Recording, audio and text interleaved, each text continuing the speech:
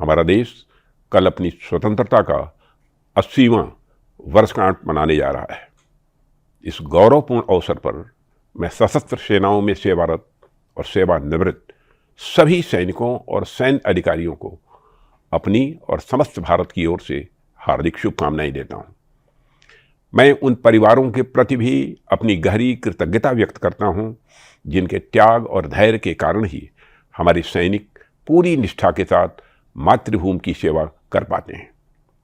साथियों, आज से 79 वर्ष पूर्व हमारे स्वतंत्रता सेनानियों ने अपने अथक संघर्ष, त्याग और बलिदान के बल पर हमें आज़ादी का अमूल्य उपहार दिया है।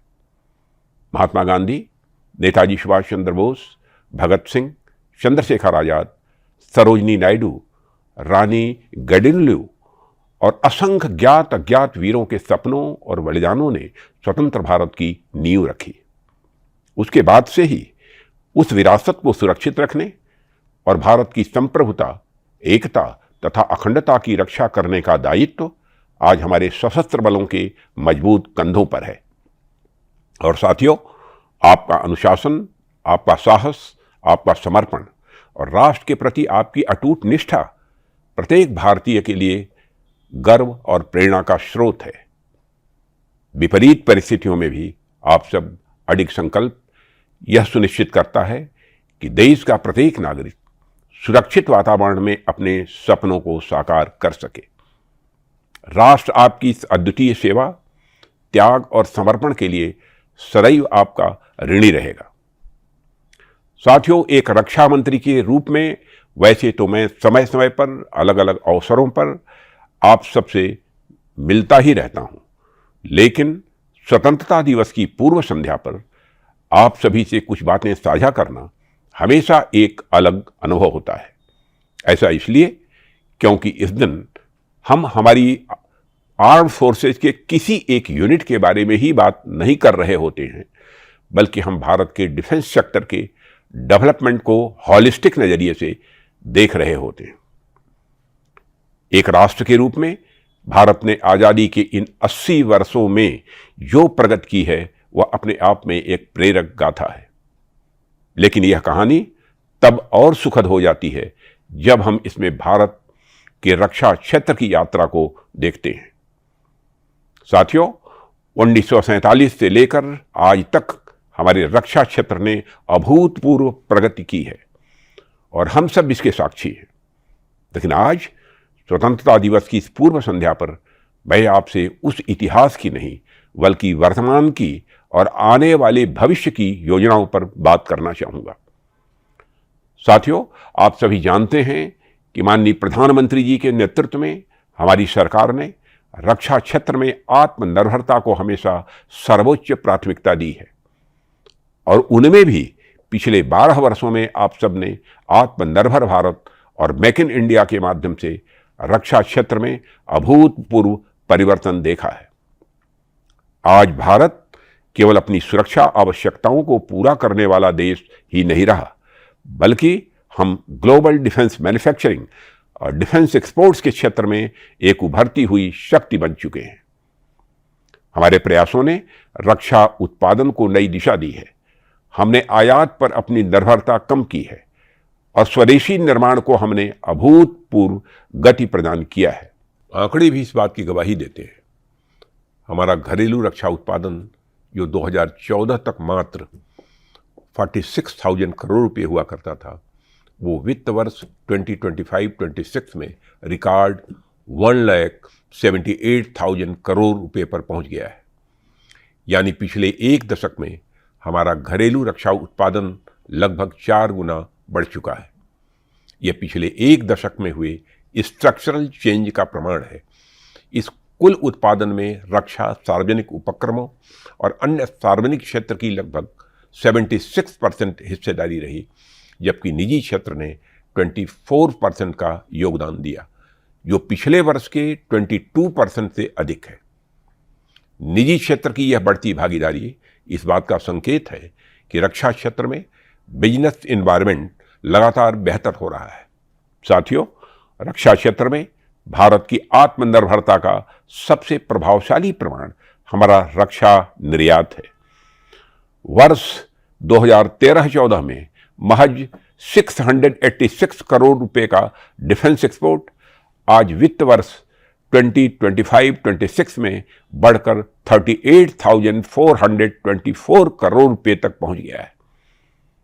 यानी लगभग एक दशक में हमारे डिफेंस एक्सपोर्ट ने 5,500% से भी अधिक की छलांग लगाई है। आज भारत में 145 डिफेंस एक्सपोर्टर्स हैं और हमारे डिफेंस प्रोडक्ट्स 80 से अधिक देशों में एक्सपोर्ट हो रहे हैं। इसी आत्मविश्वास के साथ सरकार ने 2029 तक 50,000 करोड़ रुपए के रक्षा निर्यात का लक्ष्य निर्धारित किया है और मुझे पूरा विश्वास है कि हम ये लक्ष्य जरूर प्राप्त करके रहेंगे। साथियों, रक्षा क्षेत्र में इतना बड़ा परिवर्तन बिना किसी ठोस निवेश के संभव नहीं था। हमने रक्षा बजट लगातार बढ़ाया है।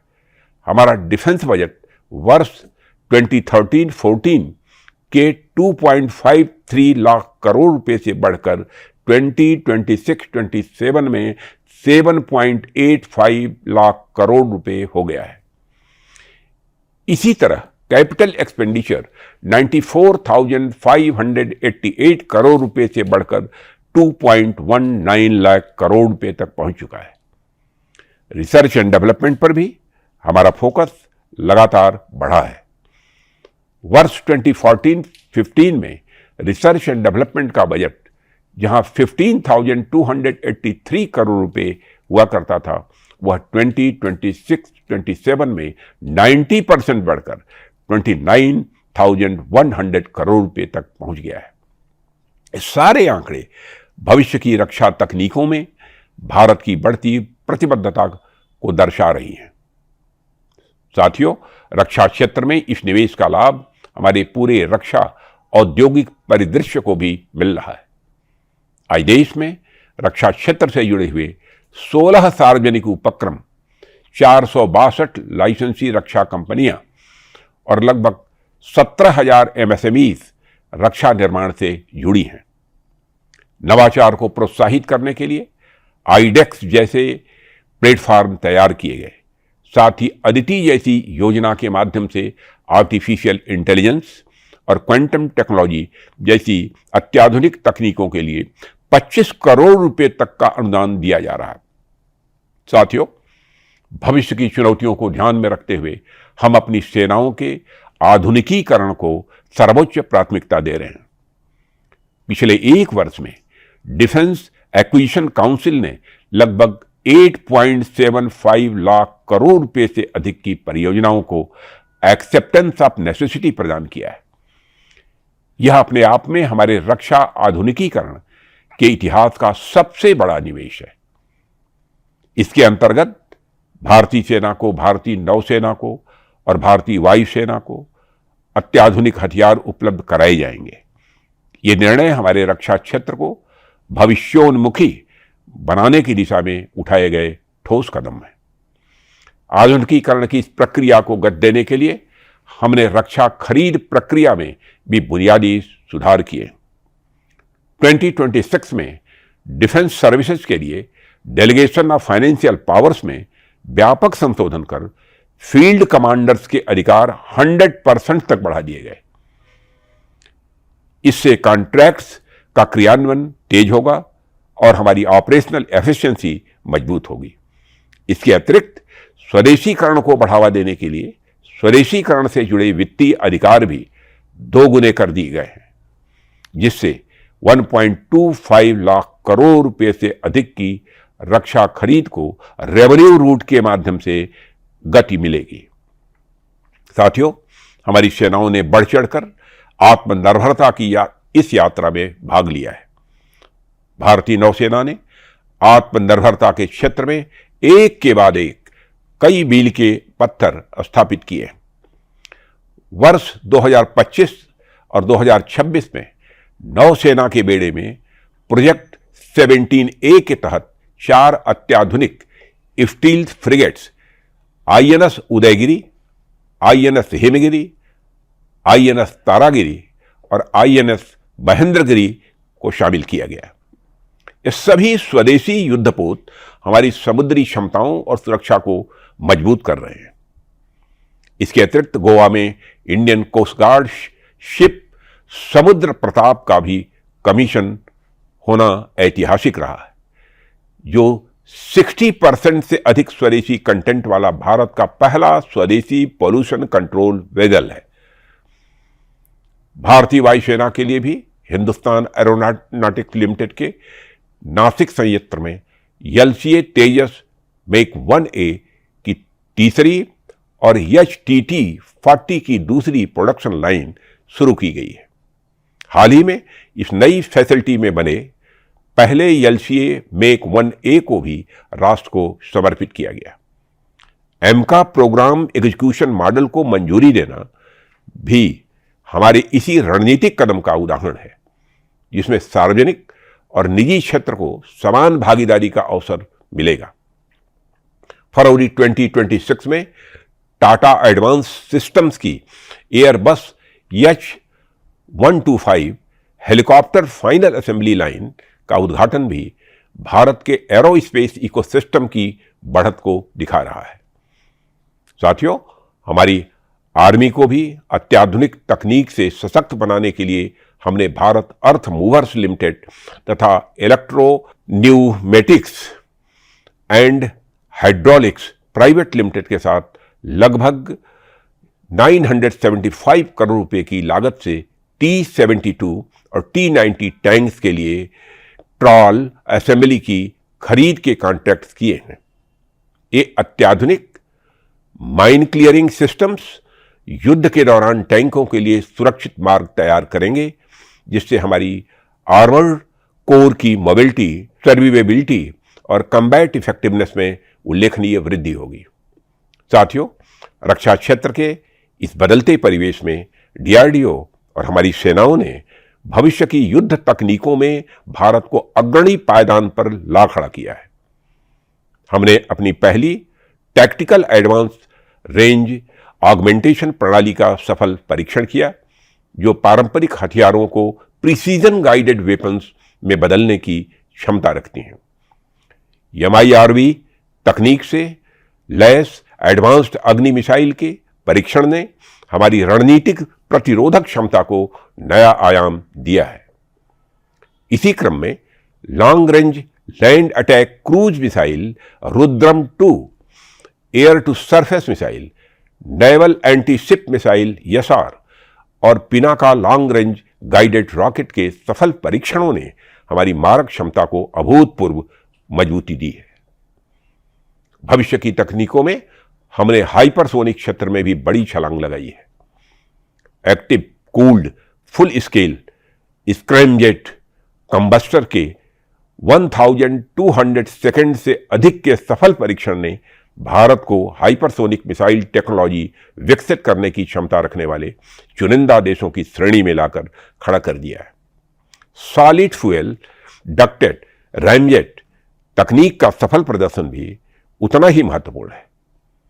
एयर डिफेंस में हमारी शक्ति स्वदेशी Kusha long range surface to air missile के पहले सफल परीक्षण से और बढ़ गई है, जिसके सभी सिस्टम पूर्णतः स्वदेशी हैं।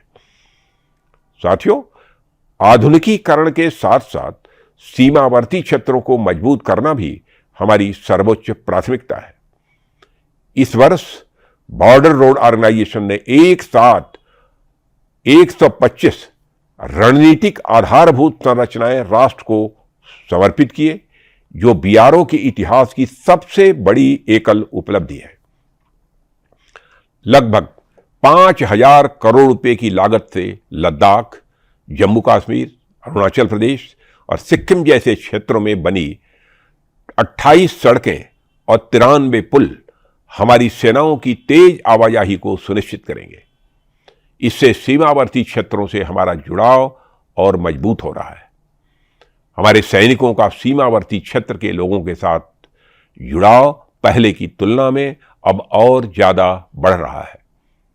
सिर्फ सीमावर्ती क्षेत्र में ही नहीं, बल्कि हर जगह हमारी सेनाएं फर्स्ट रेस्पॉन्डर के रूप में कार्य करती हैं। देश में कहीं भी जब कभी दुर्भाग्यपूर्ण आपदा आती है तो हमारी सेनाएं वहां तुरंत पहुंचकर राहत बचाव का कार्य करती हैं। इसलिए साथियों, हम आधुनिकता या आत्मनिर्भरता के जो कुछ भी प्रयास कर रहे हैं, उसका मुख्य आधार हमारी सेनाएं, हमारे सैनिक और उनके परिवारजन ही हैं। हमारी सेनाएं हमारे मान, सम्मान और स्वाभिमान का प्रतिबिंब है। हम अपने वेटरन्स के कल्याण के लिए भी पूरी तरह से प्रतिबद्ध हैं। पिछले 5 वर्षों में x serviceman contributory health scheme budget में 300% की वृद्धि हमारी इसी प्रतिबद्धता को दर्शाती है। इसके अलावा armed forces flag day fund के अंतर्गत पेन्यूरी ग्रांट 4000 से बढ़कर 8000 रुपये, एजुकेशन ग्रांट 1000 से बढ़ाकर 2000 रुपये और मैरिज ग्रांट 50,000 से बढ़ाकर 1 लाख रुपये कर दी गई है। यह बदलाव साफ तौर पर हमारे सैनिकों और उनके परिवारों के कल्याण के प्रति हमारी प्रतिबद्धता को दिखा रहे हैं। साथियों, आज जब हम रक्षा क्षेत्र में इतने बड़े बदलाव के दौर से गुजर रहे हैं, तो मुझे आपसे यह कहते हुए भी बहुत खुशी हो रही है कि भारत का रक्षा क्षेत्र भारत की बेटियों के लिए भी सम्मानजनक रास्ते खोल रहा है। 2026 में हमने एक ऐतिहासिक उपलब्धि हासिल की जब नेशनल डिफेंस एकेडमी से प्रशिक्षण प्राप्त करने वाली पहली महिला कैडेट्स ने सेना, नौसेना और वायुसेना में अधिकारी के रूप में कमीशन प्राप्त किया। 17 महिला अधिकारियों का यह जत्था साबित करता है कि साहस और नेतृत्व किसी एक जेंडर की सीमा में नहीं बने। हमारी नारी शक्ति की इसी भावना का विस्तार समुद्र प्रदक्षिणा भी है, जहां तीनों सेनाओं का पहला all women circum navigation selling expedition हुआ, जिसमें IASV त्रिवेणी पर सवार 9 महिला अधिकारियों ने 314 डेज में 4 महासागरों में 25,500 नॉटिकल माइल्स की यात्रा पूरी की है। यह अदम्य साहस नारी शक्ति के नए भारत का जीवंत प्रतीक है। साथियों, इस वर्ष का स्वतंत्रता दिवस हम सबके लिए बहुत ही विशेष है। ऐसा इसलिए क्योंकि इस वर्ष हमारे राष्ट्रीय गीत वंदे मातरम के 150 वर्ष पूरे हो रहे हैं। हम सबकी यह जिम्मेदारी है कि हम सब इस अवसर को एक उत्सव के रूप में मनाएं। यह केवल एक वर्षगांठ नहीं, बल्कि हमारी सामूहिक चेतना का उत्सव है। मुझे पूरा विश्वास है कि यह स्वतंत्रता दिवस हमारे लिए प्रेरणा का स्रोत बनेगा और हम सबके अंदर राष्ट्रभक्ति और राष्ट्र सेवा की ऊर्जा को ऐसे ही बनाए रखेगा। अंत में स्वतंत्रता दिवस की पूर्व संध्या पर मैं अपनी वाणी को विराम देने से पूर्व आर्मी, नेवी, एयरफोर्स और कोस्ट गार्ड के वीर जवानों, सम्मानित पूर्व सैनिकों और देशवासियों को हार्दिक शुभकामनाएं देता हूं। आइए हम संकल्प लें कि राष्ट्र निर्माण में सक्रिय भागीदारी बनेंगे और अपने कर्तव्यों का निष्ठापूर्वक निर्वहन करते हुए विकसित भारत के निर्माण में अपना सार्थक योगदान देंगे।